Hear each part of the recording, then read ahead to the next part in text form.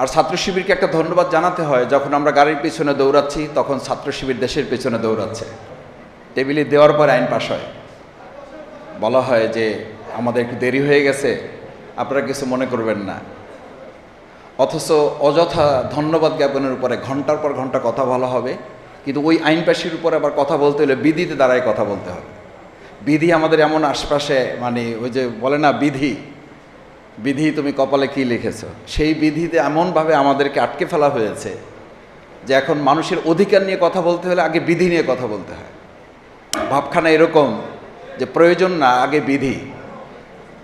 তো সেই জায়গায় আলহামদুলিল্লাহ যে আমাদের টেবিলে অন্তত একদিন আগে আমরা সেমিনারটা পেয়েছি এবং আমি খুব মনোযোগ দিয়ে পড়ার সুযোগ পেয়েছি। ধন্যবাদ জানাচ্ছি প্রবন্ধকারকে। আর ছাত্র শিবিরকে একটা ধন্যবাদ জানাতে হয়, যখন আমরা গাড়ির পিছনে দৌড়াচ্ছি তখন ছাত্র শিবির দেশের পিছনে দৌড়াচ্ছে। আমার পিছনে দৌড়ানো বন্ধ করতে হবে। আমাদের গাড়ির পিছনে দৌড়িয়ে লাভ হবে না, আমাদের দেশের পেছনে ছুটতে হবে। আমার জানা নেই কোনো ছাত্র সংগঠন এরকম আয়োজন বাজেটকে সামনে রেখে তরুণদেরকে অ্যাড্রেস করে আর কেউ করছে কিনা। করে থাকলে ভালো, কিংবা না করলে করার সুযোগ আছে, করা উচিত। আমি বলছি না ছাত্র শিবিরই করে শেষ হয়ে যাক, করা উচিত। আমাদের গাড়ির পিছনে যত দৌড়ানো দরকার তার চেয়ে আমাদের দেশের পিছনে, সূচকের পিছনে। আপনি দেখবেন এখানে প্রবন্ধকার বাংলাদেশ, ভিয়েতনাম, থাইল্যান্ড, দক্ষিণ কোরিয়া, ভারত সূচকগুলো দিয়েছে। আল্লাহর খাস মেহরবানি, আমি দেখার চেষ্টা করেছি ম্যাক্সিমাম সূচকগুলোতে আমরা পিছনে পড়ে আছি। কারণ আমরা তো দৌড়ে দেশে না, আমরা তো দৌড়ে গাড়ির পিছনে। এবং এটা যে শুধু 2026-এ দৌড়ানো হচ্ছে তা না, এরকম দৌড়িয়ে আমাদের বহু ছেলেদেরকে গাড়ির নিচে পড়ে মারাও যেতে হয়েছে। এই গাড়ির নিচে পড়ে মারা যাওয়ার কারণে জুলাইয়ে যারা গুলিতে মারা গেছে তাদেরকে আমরা এখন ভুলতে বসেছি। কেন ভুলতে বসেছি জানেন? আমি একটু প্রবন্ধকারকে সমালোচনাও করি, এই অর্থে করি যে এখন যেখানে দাঁড়িয়ে আপনারা কথা বলছি, মাথায় রাখা উচিত আমাদের বলছি না, আমাদের, যে এই বহু মানুষেরাই আমাদের এখানে থাকার কথা না, জেলখানায় থাকার কথা। যাদের জন্য আজকে এই আলোচনা করার সুযোগ পাচ্ছি, এই বাজেট নিয়ে কথা বলতে পারছি, সংসদে যেতে পারছি, তাদের নিয়ে কিন্তু এখানে তরুণরাই তো জীবন দিয়েছে। শিক্ষার্থীদের উপরে ভিত্তি করে এই আন্দোলনটা একটা পর্যায়ে গিয়েছে। এটা নিয়ে কেউ কথা বলেন, কেউ রান করেছেন, কেউ 300 রান একসাথে করে ফেলে দিয়েছেন, নানান কথা রয়েছে। যত কথাই থাকুক, একটা কথা তো আপনারা চোখের পানি ফেলতে গাড়িতে বসে বসে স্বীকার করেছেন, আহারে এই তরুণ বাচ্চাদের রক্তের উপরে ভিত্তি করে আমরা আজ মুক্ত হতে পেরেছি। তো মুক্ত হতে পেরেছি, তাদের কথা কোথায়?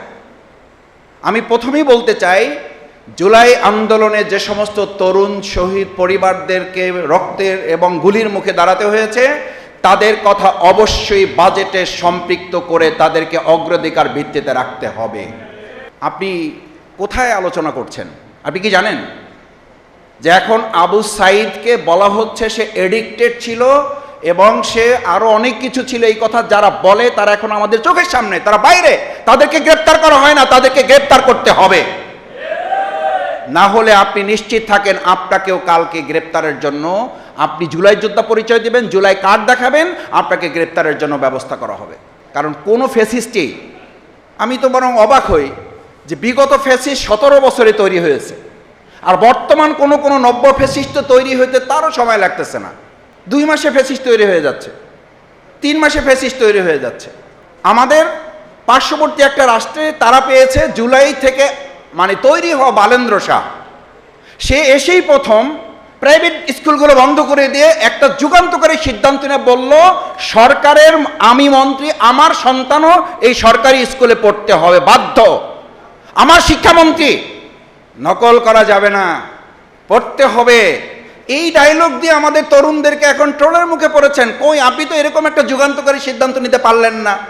কারণ আমরা বালেন্দ্র শাহ পাই নাই, আমরা পেয়েছি আমাদের উপরে চাপিয়ে দেওয়া একজন বাইরে থেকে এসে প্রধানমন্ত্রী, যাকে ডক্টর মাহমুদুর রহমান বলেছিলেন, আমার কথা না, ডক্টর মাহমুদুর রহমান বলেছিলেন, জনাব তারেক রহমান আপনি বক্তব্য দিয়েছেন, ইসের মাধ্যমে অনলাইনে কথা বলেছেন, আপনি এখানে কি ঘটেছে জানেন না, 15 মিনিট আপনাকে এটা বলা যাবে না, যদি সুযোগ দেন দয়া করে তাহলে কোনো একটা সময় নিয়ে আপনাকে এগুলো বলা হবে। আর আপনার আশেপাশে যারা আপনাকে তথ্যগুলো দেয়, আপনাকে সঠিক তথ্যটা দেয় না, যার কারণে আপনার কথা বলার পরিবর্তে আপনার কথাগুলোকে অন্য একজনকে বলে দিতে হয়। আবার যে বলে সেও আবার আরেক জায়গা থেকে যুক্ত হয়ে বাংলাদেশে ওখানে গুম থাকা অবস্থায় কথা বলেছেন বলে কথিত আছে। সম্মানিত সাংবাদিকবৃন্দ, উপস্থিত সুধীমণ্ডলী, তরুণরা, এরকম কোনো পরিস্থিতিতে বাজেট নিয়ে খুব আলোচনা করে লাভ হবে না। কারণ কি জানেন, আমরা ওই সংসদে কথা বলার মানে সংসদ অধিবেশনের মুলতবি হওয়ার ফাঁকে যখন লেজার হয় আর কি, ব্রেক হয়, আমরা বলি নিজেরা হাসাহাসি করি, স্কুল ছুটি হয়েছে চলেন একটু চা খাই। তো চা খাওয়ার ফাঁকে সরকার এবং আমরা যারা আছি সবাই মিলে আলোচনার একটা কথা, নাই নাই এবং নাই। আমাদের শ্রদ্ধেয় অন্তর্বর্তীকালীন সরকারের মাননীয় প্রধান উপদেষ্টা 3 zeros কথা বলেছিলেন, আর আমরা এখন এই সরকারে বলি এই সরকারে 3 0 আছে, এটাও 3 zeros। সেটা হলো নাই, নাই এবং নাই। মাননীয় স্পিকারের কাছে যখন সংসদ সদস্যরা বলেন আমার হাসপাতালটা অসুস্থ, এটাকে একটু সুস্থ করার উদ্যোগ নেবেন মাননীয় স্পিকার, আপনি একটু মন্ত্রী মহোদয়ের দৃষ্টি আকর্ষণ করবেন। স্পিকারের জায়গা থেকে তখন তিনি বলেন আমার এলাকারও একই অবস্থা, আমি তো এটা বলতেও পারি না, আমি এমন জায়গায় আছি আমার তো বলারও সুযোগ নাই, আপনি আমার পক্ষ হয়ে একটু বলে দেন, আপনাকে 1 মিনিট সময় বাড়াই দিলাম।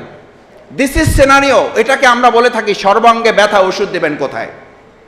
মাননীয় বিরোধী দলীয় নেতা তার সংসদীয় বক্তব্যের প্রথম অধিবেশনের কনক্লুশনে যখন বললেন দুটো জায়গায় আমাদেরকে একমত হতে হবে, শিক্ষা এবং স্বাস্থ্যে বাজেটে আমাদের অগ্রাধিকার দিতে হবে।